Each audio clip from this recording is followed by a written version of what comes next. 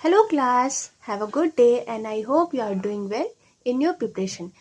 This is a third class of CRPC and हमने अपने last class में section 19 तक कवर कर लिया है। आज हम स्टार्ट करेंगे सेक्शन 20 से, ठीक है, जो कि बात करते हैं एग्जीक्यूटिव मजिस्ट्रेट के बारे में। तो इसके पहले हमने क्या क्या कवर कर लिया है, सेक्शन 2 जो कि एक डेफिनेशन क्लॉज है जिसके अंदर हमने बहुत सारे डेफिनेशन देखे। उसके बाद सेक्शन 6 जो कि बहुत इंपॉर्टेंट है, हमको हमारे कितने क्रिमिनल कोर्ट्स होते हैं एक स्टेट में उसके बारे में बताते हैं, जो कि हाई कोर्ट के अलावा 4 बताए गए हैं। कोर्ट ऑफ सेशन, जेएमएफसी यानी judicial magistrate of first class, judicial magistrate of second class and fourth हमारे आते हैं एग्जीक्यूटिव मजिस्ट्रेट, जिसके बारे में हम आज पढ़ेंगे। इसके अलावा जो कोर्ट्स हैं उनका एस्टेब्लिशमेंट कैसे होता है और उनके जो जजेस हैं उनका अपॉइंटमेंट कैसे होता है, तो ये सब हमने पहले देख लिया है और सेक्शन 19 तक इन्हीं सब के बारे में बताया गया है। तो आज हम देखते हैं अपना सेक्शन 20 है हमारा एग्जीक्यूटिव मजिस्ट्रेट के बारे में। तो सबसे पहले एग्जीक्यूटिव मजिस्ट्रेट होते कौन है? तो एग्जीक्यूटिव मजिस्ट्रेट जो होते हैं ये इनको हम एज अ जुडिशियल मजिस्ट्रेट नहीं इंक्लूड करते हैं, यानी जितनी भी डायरेक्शंस दी जाती हैं बाय द कोर्ट और बाय द जुडिशियल अथॉरिटीज़, तो जो हमारे एग्जीक्यूटिव मजिस्ट्रेट होते हैं इनका काम होता है उस चीज़ को एग्जीक्यूट करना पब्लिक में। अब भाई कोर्ट अगर जजमेंट दे रही है, कोई डायरेक्शन दे रही है, तो ऐसा तो है नहीं कि नॉर्मल पब्लिक तक वो जा रही है बातें, है ना। कोई भी अगर जजमेंट आता है तो बहुत ऐसे कम जजमेंट होते हैं और बहुत ही ऐसे इंपॉर्टेंट जजमेंट होते हैं जो कि पब्लिक तक जाती है, वो मतलब डायरेक्शन जाती है, नहीं तो नहीं जाती है। बहुत सारे ऐसे जजमेंट है, तो ये डायरेक्शंस किसको दिए जाते हैं? हमारे एग्जीक्यूटिव मजिस्ट्रेट को, कि आप इन सबको एग्जीक्यूट करवाइए पब्लिक में, सोसाइटी में एग्जीक्यूट करवाइए। कैसे, क्या लॉ एंड ऑर्डर्स कैसे करना है। तो एक तरफ से देखा जाए तो जो हमारे एग्जीक्यूटिव मजिस्ट्रेट होते हैं ये लॉ एंड ऑर्डर को मेंटेन करके रखते हैं।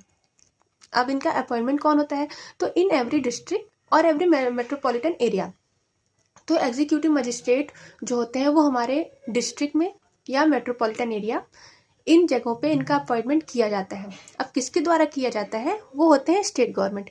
भाई हमारा यूपीएससी हो गया, है ना, पीसीएस हो गया, पीएससी हो गया, तो ये सब जो होते हैं कौन कंडक्ट करवाता है? State government. और इन्हीं के थ्रू हमारे एग्जीक्यूटिव मजिस्ट्रेट को अपॉइंट किया जाता है। इसके लिए एग्ज़ाम देना पड़ता है, प्रमोशंस होती हैं, मतलब वो अलग कैटेगरी की बात है। तो सबसे इसमें जो इम्पोर्टेंट यही है कि हमारे जो एग्जीक्यूटिव मजिस्ट्रेट होते हैं उनका अपॉइंट स्टेट गवर्नमेंट के द्वारा किया जाता है, और ये एक या एक से अधिक होते हैं। ऐसा नहीं है कि सिर्फ एक ही एग्जीक्यूटिव मजिस्ट्रेट को अपॉइंट किया जाएगा, ऐसा नहीं है। एक डिस्ट्रिक्ट में एक या एक से अधिक यानी कई पर्सन्स को as a executive magistrate appoint किया जाता है, और उनमें से जो हायर पोस्ट होती है, जो सबसे ऊंची पोस्ट होती है, वो होते हैं हमारे डिस्ट्रिक्ट मजिस्ट्रेट की, यानी हमारे डीएम की, जिसको हम कलेक्टर भी कहते हैं, ठीक है। तो ये हो गया हमारा 20 का क्लॉज 1।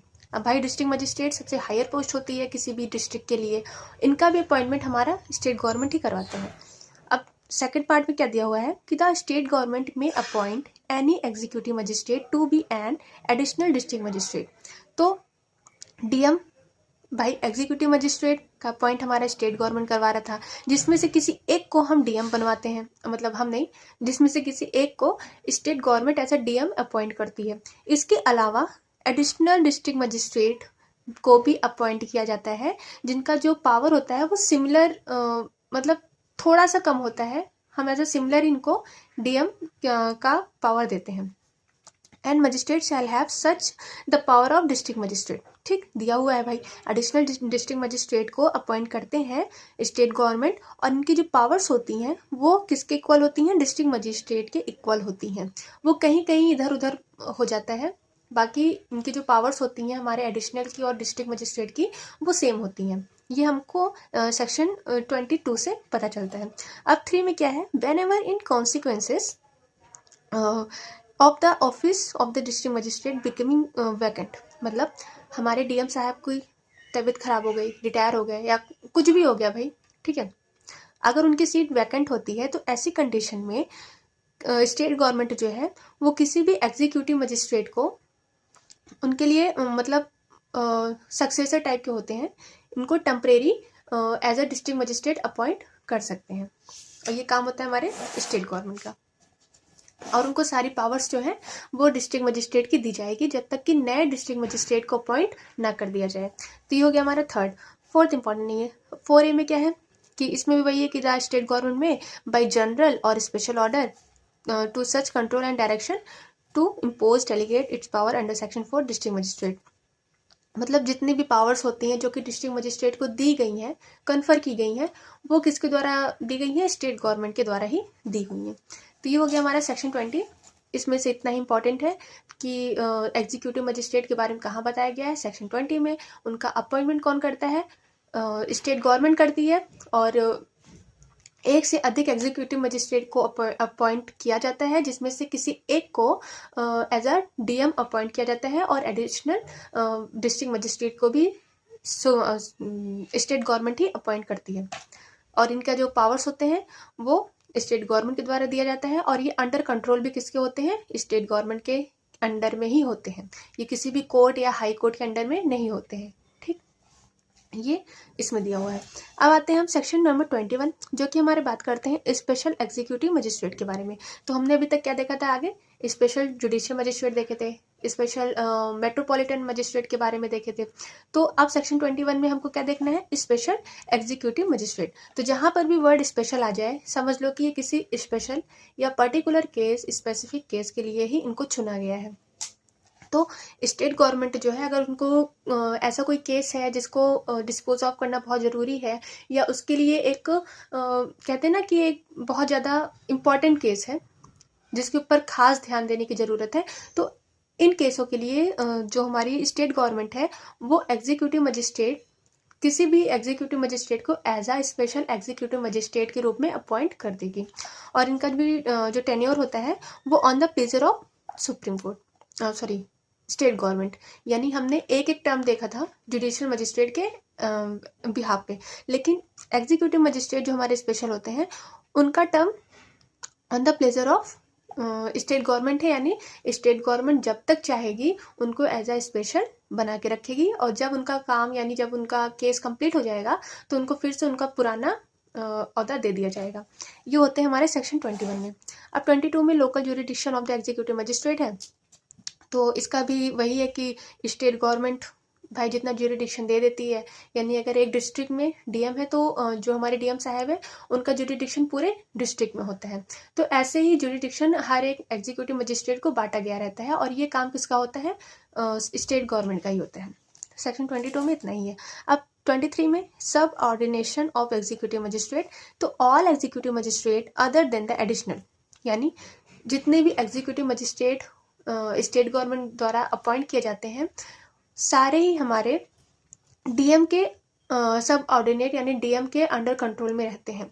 लेकिन कौन नहीं रहता है? एडिशनल, यानी जो हमारे एडिशनल DM साहब हैं वो DM के अंडर में नहीं रहते हैं। इसके अलावा बाकी जितने भी छोटे मोटे एग्जीक्यूटिव मजिस्ट्रेट हैं वो सारे हमारे DM के अंडर कंट्रोल में रहते हैं, यानी उनके सब ऑर्डिनेट होते हैं। ये हो गया हमारा सेक्शन 23। अब 24 ये इंपॉर्टेंट है, पब्लिक प्रोसिक्यूटर्स। 24 इसका हम अगर देखें डेफिनेशन क्लॉज में तो कहाँ दिया हुआ है? 2U में। अब 2U में हमारा पब्लिक प्रोसिक्यूटर, वहाँ पे क्या डेफिनेशन दी गई कि जो चीज़ें सेक्शन 24 में बताई गई हैं वही पब्लिक प्रोसिक्यूटर के बारे में है। तो अब हम आ गए सेक्शन 24 पब्लिक प्रोसिक्यूटर। तो इसमें पहला क्या है? For every high court the central government और द स्टेट गवर्नमेंट शैल। ठीक, यानी सबसे पहली बात जो पब्लिक प्रोसिक्यूटर्स हैं वो कहाँ के लिए अपॉइंट हो रहे हैं? हाई कोर्ट के लिए अपॉइंट हो रहे हैं।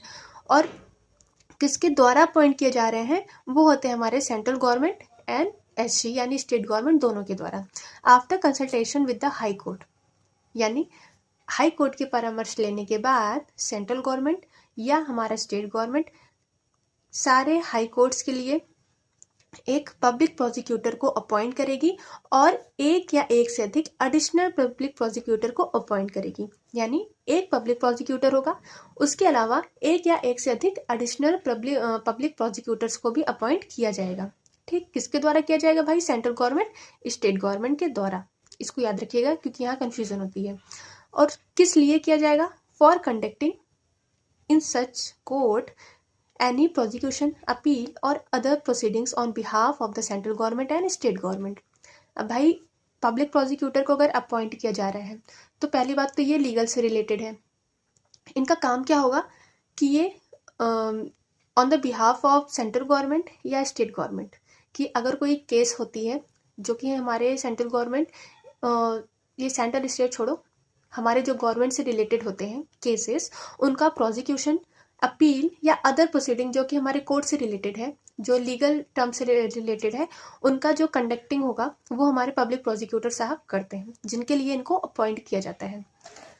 दूसरे में क्या है कि the central government may appoint one और मोर public prosecutors for purpose conducting any case. अब यहाँ पे तो भाई हाई कोर्ट का दे दिए, ठीक, कि हाई कोर्ट में अपॉइंट किया जाएगा। यहाँ पे डिस्ट्रिक्ट के लिए हमको बताया जा रहा है कि जो सेंट्रल गवर्नमेंट है, और यही सेम यहाँ पर भी है, यानी जो हमारी गवर्नमेंट है वो डिस्ट्रिक्ट के लिए एक या एक से अधिक पब्लिक प्रोसिक्यूटर्स को अपॉइंट करेगी, जो कि सेम वही काम की प्रोसिक्यूशन, अपील या other proceeding behalf of the central government and state government in the court, इनका प्रोसीडिंग्स चलता है। ये हो गया हमारा सेकंड एंड थर्ड। अब फोर्थ इंपॉर्टेंट है, ये एग्जाम में पूछा जाता है। इसमें क्या पूछा जाता है कि कौन कौन से ऐसे पर्सन्स हैं जिनको एज अ पब्लिक प्रोसिक्यूटर्स, भाई उनका एक लिस्ट होगा, एक पैनल होगा, है ना। ऐसा तो है नहीं कि किसी को भी उठा के पब्लिक प्रोसिक्यूटर्स बना दिया जाएगा। तो उसके लिए एक लिस्ट तैयार की जाती है जिसमें कई प्रोसिक्यूटर्स का नाम लिखा होता है, कई एडवोकेट्स का नाम लिखा होता है, कई वकीलों का नाम लिखा होता है, जिसमें से जो हमारी सेंट्रल और स्टेट गवर्नमेंट होती है उनमें से चुनती है, ठीक है, कि कौन ज़्यादा एलिजिबल है for the act of as a public prosecutor. तो इसमें क्या है कि district magistrate shall in consultation with the session जज prepare a panel of name of person, यानी जो हमारे डीएम साहब हैं वो सेशन जज, जो हायर कोर्ट ऑफ जज होते हैं, उनसे कंसल्टेशन करेंगे, उनसे परामर्श करेंगे, एक पैनल तैयार करेंगे जिसमें कई वकीलों का नाम लिखा होता है, जो इस पद के लायक होते हैं, उनका नाम लिखा होता है, और मतलब उनका नाम लिखा होता है जो फिट होते हैं अपॉइंट होने के लिए एज अ पब्लिक प्रोसिक्यूटर। और ये पैनल जब हमारे गवर्नमेंट के पास जाता है तो गवर्नमेंट इन्हीं पैनल से जो व्यक्ति होता है उनको चुनता है।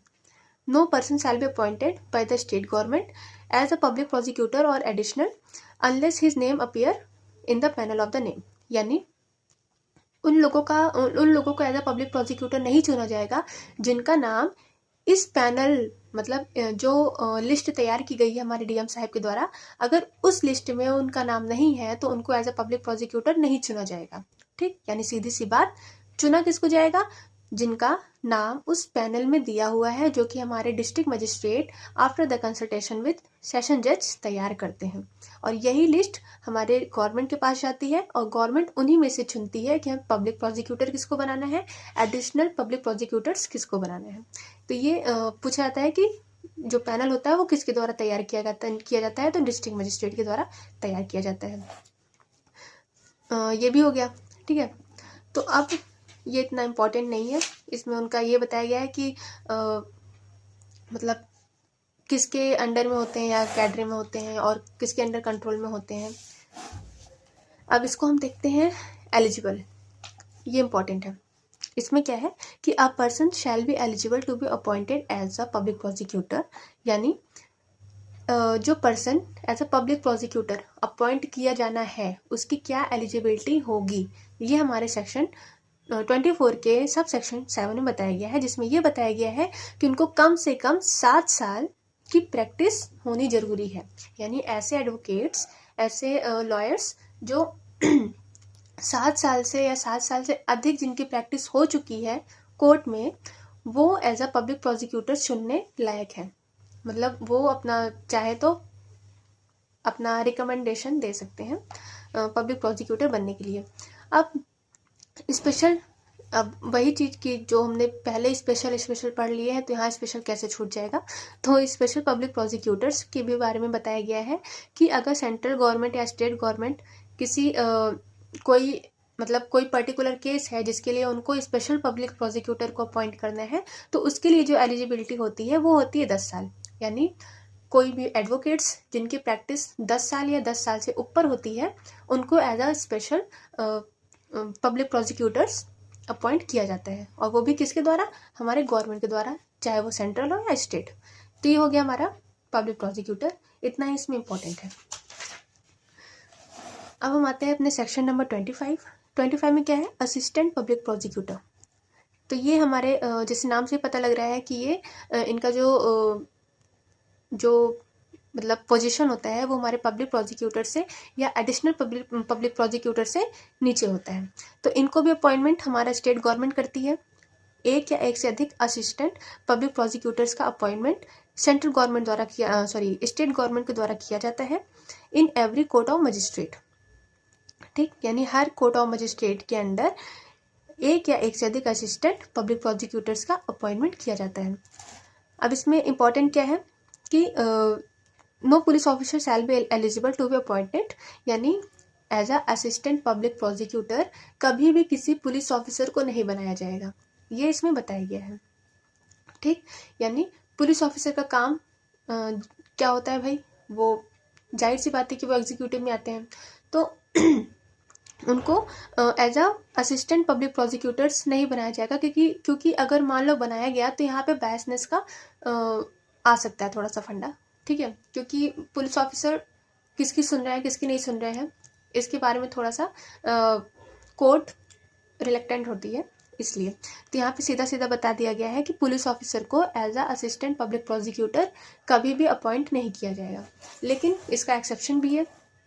मान लो कि किसी भी डिस्ट्रिक्ट में या किसी भी कोर्ट में अगर असिस्टेंट पब्लिक प्रोसिक्यूटर अवेलेबल नहीं है, उनकी भी सीट वैकेंट है, तो ऐसी जगह पे district magistrate may appoint any other person to be assistant, यानी यहाँ पे काम किसका आ गया, हमारे डिस्ट्रिक्ट मजिस्ट्रेट का, कि वो किसी भी पर्सन को as a assistant public prosecutors appoint कर सकते हैं। लेकिन उसके लिए एक शर्त है कि not if he has taken any part of investigation, भाई जिस केस के लिए उनको बनाया जा रहा है अगर उसी केस में उन्होंने इन्वेस्टिगेशन किया है, उसी केस को उन्होंने सुना है, तो जाहिर सी बात है यहाँ पे थोड़ा बहुत तो बायसनेस आ ही जाता है।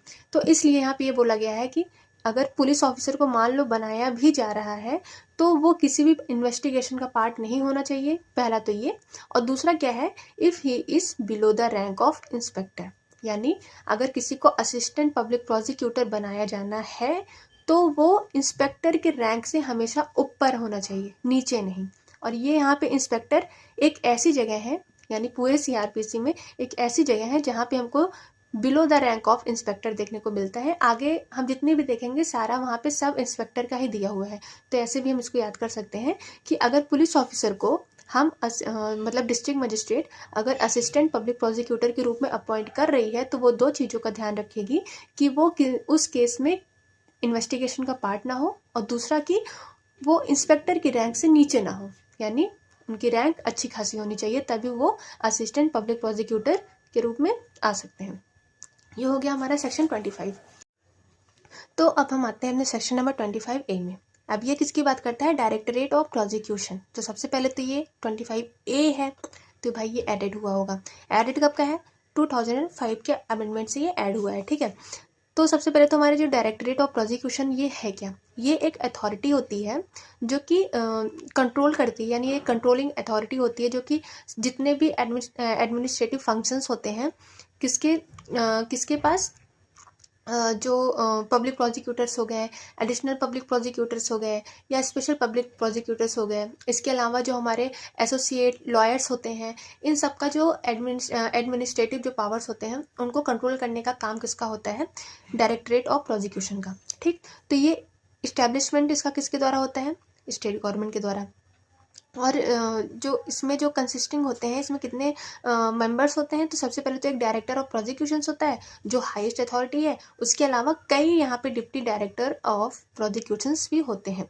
तो जो एलिजिबिलिटी है हमारे डायरेक्टर ऑफ प्रोसिक्यूशंस मतलब डिप्टी डायरेक्टर ऑफ प्रोसिक्यूशंस की, तो इसके लिए जो एलिजिबिलिटी बताई गई है वो as an advocate non less than 10 year, यानी 10 साल या 10 साल से ऊपर की अगर उनकी एडवोकेसी है तो वो as a director of prosecutions appoint किए जाएंगे।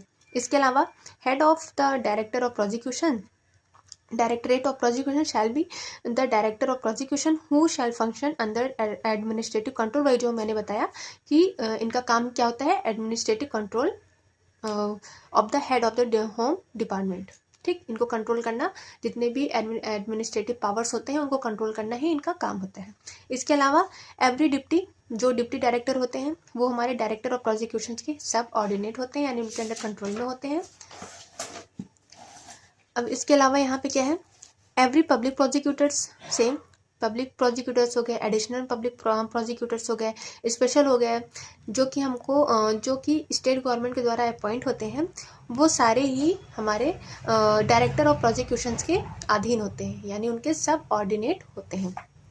इसके अलावा एवरी पब्लिक प्रोसिक्यूटर्स, तो यहाँ पे भी वही है कि जो यहाँ पे हमने क्या देखा कि जो स्टेट गवर्नमेंट यानी हाई कोर्ट के जो पब्लिक प्रोसिक्यूटर्स होते हैं वो हमारे डायरेक्टर ऑफ प्रोसिक्यूशंस के अंडर में होते हैं, लेकिन जो हमारे डिस्ट्रिक्ट कोर्ट और मतलब डिस्ट्रिक्ट कोर्ट हो गया, जुडिशियल मजिस्ट्रेट हो गया, मतलब जो हमारे नीचे कोर्ट्स के जितने भी पब्लिक प्रोसिक्यूटर्स होते हैं, स्पेशल हो गए, एडिशनल हो गए, इन सब का जो सब ऑर्डिनेशन होता है वो किसके अंडर में होता है, डिप्टी डायरेक्टर ऑफ प्रोसिक्यूशंस के अंडर में होता है। यानी director of prosecutions high court से रिलेटेड है, deputy director of prosecutions district से रिलेटेड है। इसके अलावा द प्रोविजंस शैल नॉट, यानी हमारे advocate general of the state के ऊपर ये जितने भी प्रोविजंस हैं वो अप्लाई नहीं होंगे। ये हो गया हमारा सेक्शन 25। अब section 26 chapter number 3 power of the court. यहाँ पे हमको पावर्स बताई गई हैं कि कौन कौन से कोर्ट्स होती हैं और उनके अंडर में कौन कौन से केसेस आते हैं या वो कौन कौन से केसेस का ट्रायल कर सकते हैं, ये हमको हमारे चैप्टर नंबर 3 में बताया गया है। तो यहाँ आज सेक्शन 25A तक ही ये तो पढ़ा देते हैं। Section 26 courts by which offence are triable. ठीक, तो सबसे पहले तो ये इम्पॉर्टेंट है, इसमें ये बताया गया है कि कौन सी कोर्ट के द्वारा कौन से ऑफेंसेस ट्रायल किए जाएंगे। तो इसमें पहला क्या है, any offence under the IPC may be tried by high court, court of session and any other court by which such offence is shown in the first schedule to be triable. मतलब IPC में जितने भी offences दिए हुए हैं उनका trial किसके द्वारा होगा, हाई कोर्ट के द्वारा, कोर्ट ऑफ सेशन के द्वारा, या ऐसे कोर्ट जो कि हमारे फर्स्ट शेड्यूल में बताए गए हैं। जैसे कि कहीं कहीं बताया गया ना कि ये JMFC के द्वारा होगा, JMSC के द्वारा होगा, तो वो हमारा कहाँ बताया गया, फर्स्ट शेड्यूल में ही बताया गया है, तो वो भी यहाँ पे जोड़ दिया गया है कॉलम नंबर 6 में। ठीक, तो ये हमारा IPC बारे में हो गया। इसके अलावा ये एडेड है 2009 से एडेड है कि जितने भी रेप केसेस होंगे, यानी जो वुमेन से रिलेटेड जो केसेस होते हैं वो हमेशा बाय द वुमेन जज के द्वारा ही प्रैक्टिकेबल होते हैं। अब भी में क्या हुआ है कि मान लो भाई हमारे जो हमारा फर्स्ट शेड्यूल दिया हुआ है CRPC का, उसमें किसी भी कोर्ट का बताया ही नहीं गया है कि ये किसके द्वारा ट्रायबल है। तो ऐसी कंडीशन में जो ट्रायल होता है वो किसके द्वारा होता है, या तो हाई कोर्ट के द्वारा होता है, मान लो ज़्यादा हीनियस केस हो गया तो हमारे हाई कोर्ट के द्वारा ट्रायल किया जाएगा, अगर नहीं होता है तो एनी अदर कोर्ट, वही चीज़ जो फर्स्ट शेड्यूल में दिया हुआ है उसी के हिसाब से हमको चलना है। ये हो गया सेक्शन 26। अब 27 में jurisdiction in the case of juvenile. तो इसमें हमको 2-3 बातों का ध्यान रखना है, ज़्यादा इसमें डीपली जाने की ज़रूरत नहीं है। तो सबसे पहले तो जुवेनाइल्स का मतलब होता है बच्चे, यानी जो जिनकी एज 18 साल से कम है वो जुवेनाइल में आते हैं। तो इसमें 18 साल तो नहीं दिया हुआ है, इसमें हमको 16 ईयर्स दिया हुआ है, ये कन्फ्यूज़न होती है। तो यहाँ पे सेक्शन 27 के अंदर ये बताया गया है कि अगर कोई जुवेनाइल्स, अगर कोई बच्चा है और वो ऑफेंस कर रहा है तो उसका ट्रायल किसके सामने जाएगा। भाई उसको ऐसे डायरेक्ट थोड़ी ना लेके हम कोर्ट ऑफ सेशन के द्वारा जा सकते हैं, तो उन लोगों के लिए स्पेशल कोर्ट्स बनाई जाती है जो कि हम JJ एक्ट में देखते हैं। तो इसमें यही इंपॉर्टेंट है कि जो बच्चे की एज दी हुई है वो 16 साल की दी हुई है, और जो इनसे रिलेटेड केसेस होंगे वो कोर्ट ऑफ CJM यानी चीफ जुडिशियल मजिस्ट्रेट के द्वारा सुना जाएगा। इसके अलावा किसी के पास नहीं है। ठीक, यानी जितने भी जुवेनाइल के जो केसेस होंगे उनका जुडिडिक्शन हमारे CJM के पास होगा, और एज यहाँ पे 16 साल दी हुई है, ये इंपॉर्टेंट है। और जो कि या तो ऐसे कोर्ट्स जो कि चिल्ड्रन एक्ट 1960 के द्वारा एम्पावर्ड है, यानी एम्पावर्ड है, वो भी इस केस को सुन सकते हैं। ये हो गया हमारा सेक्शन 27। अब 28 में क्या है, sentence which high courts and session court में पास। तो सबसे पहले सेंटेंस का मतलब सजा, ठीक, पनिशमेंट। तो यहाँ पे 28 में बताया गया है कि हाई कोर्ट या तो हमारे सेशन जज। ऐसी कौन सी पनिशमेंट है जो दे सकते हैं? तो सबसे पहले तो भाई हम जानते हैं कि हाई कोर्ट जो हमारा होता है वो स्टेट का हाईएस्ट कोर्ट है, तो ये कोई भी सज़ा हो, डेथ तक, ठीक, यानी छोटी मोटी से लेकर डेथ तक कोई भी सज़ा दे सकते हैं हाई कोर्ट।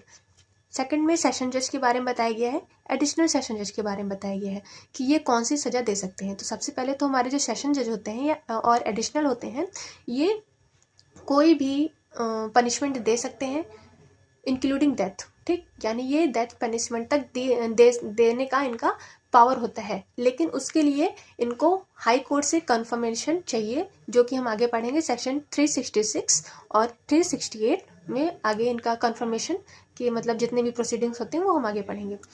तो ये हो गया मैं सेशन जज और एडिशनल सेशन जज के बारे में। अब असिस्टेंट, अब भाई इनके सब ऑर्डिनेट होते हैं, हमने देख ही लिया है। तो जो असिस्टेंट सेशन जज होते हैं ये 10 साल से ज़्यादा सज़ा नहीं दे सकते हैं, यानी इनको डेथ पेनल्टी और इम्प्रिजनमेंट फॉर लाइफ देने की पावर्स नहीं है। ये सिर्फ 10 साल या उससे कम की सज़ा की दे सकते हैं असिस्टेंट सेशन जज, ठीक है। अब हम आते हैं अपने सेक्शन नंबर 29 जो कि हमारे जुडिशियल मजिस्ट्रेट की बात करते हैं। तो सबसे पहले तो सीजीएम, जो हाईएस्ट पोस्ट होती है हमारे सीजीएम साहब, वो कितना दे सकते हैं? तो 7 ईयर्स, यानी सीजीएम के अंडर में 7 साल की सज़ा या उससे नीचे की सज़ा देने का पावर्स होता है। इसके अलावा फिर हम आते हैं जेएमएफसी, और फाइन कितनी भी दे सकते हैं, ठीक, फाइन का भी इंक्लूड कर लीजिएगा कि जो सीजीएम होते हैं वो फाइन कितनी भी दे सकते हैं, लेकिन जो पनिशमेंट है वो 7 साल से नीचे की ही होनी चाहिए। सेकंड में हमारा जेएमएफसी यानी judicial magistrate of first class का पावर बताया गया है। तो ये 3 साल से ज़्यादा सज़ा नहीं दे सकते हैं, और इनकी फाइन देने की कितनी कैपेसिटी है? वो है 10,000 इनकी, मतलब 10,000 से ज़्यादा फाइन भी ये नहीं दे सकते हैं, मतलब किसी को क्लेम नहीं कर सकते हैं। थर्ड में क्या है? जो judicial magistrate of second class, इनकी पावर्स होती है कि 1 साल से ज़्यादा पनिशमेंट नहीं दे सकते हैं, 1 साल से ज़्यादा इम्प्रिजनमेंट नहीं दे सकते हैं, और फाइन के लिए इनका जो कंट्रोल है वो है 5,000, यानी 5,000 से ज़्यादा ये किसी के ऊपर फाइन नहीं लगा सकते हैं। अब चौथे में चीफ मेट्रोपॉलिटन मजिस्ट्रेट, मतलब ये तो हो गया हमारा इतना। बाकी यहाँ पे बताया गया कि किसकी जो पावर्स है वो किसके इक्वल होती है। तो द कोर्ट ऑफ द, जो हमारे चीफ मेट्रोपॉलिटन मजिस्ट्रेट होते हैं वो एज अ सीजीएम काम, मतलब उनका जो सज़ा देने की जो पावर्स होती है वो एज अ सीजीएम होती है, यानी जो चीफ मेट्रोपॉलिटन मजिस्ट्रेट हैं वो भी 7 साल से ज़्यादा सज़ा नहीं दे सकते हैं, और जो हमारे मेट्रोपॉलिटन मजिस्ट्रेट होते हैं वो जेएमएफसी के इक्वल होते हैं। ये हम पहले भी पढ़ चुके हैं। तो ये हो गया सेक्शन 29, सेम चीज़ वही है, ठीक। अब section 30, sentence of imprisonment in default of fine. तो अब यहाँ से कल, मतलब नेक्स्ट क्लास में, और अगर आपको मेरी क्लास अच्छी लग रही है तो please like, share and subscribe, और अगर कुछ इधर उधर या कुछ गलत हो रहा हो तो उसको कमेंट करके बताइए, और I will try to correct it, ठीक है।